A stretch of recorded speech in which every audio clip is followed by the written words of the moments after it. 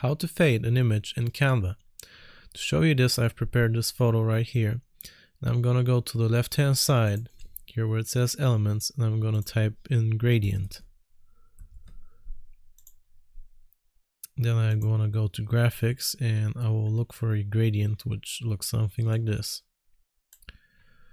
Just gonna tilt it 90 degrees. And I'm gonna make it bigger so I can fade the whole image.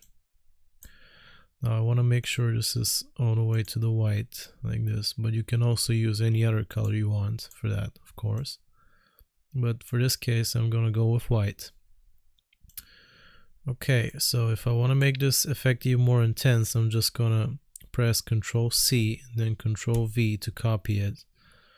And I can just keep on pressing Ctrl V to add more gradients on top of each other to make the effect more intense. Now I can also group all these gradients together and make sure I don't have the picture selected. Once I select all the gradients, I can go here to these three dots and choose group. That will combine them all into one object, which I can move more easily. And that's how you fade an image in Canva. I hope this was useful. Remember to like and sub, and I'll see you next time.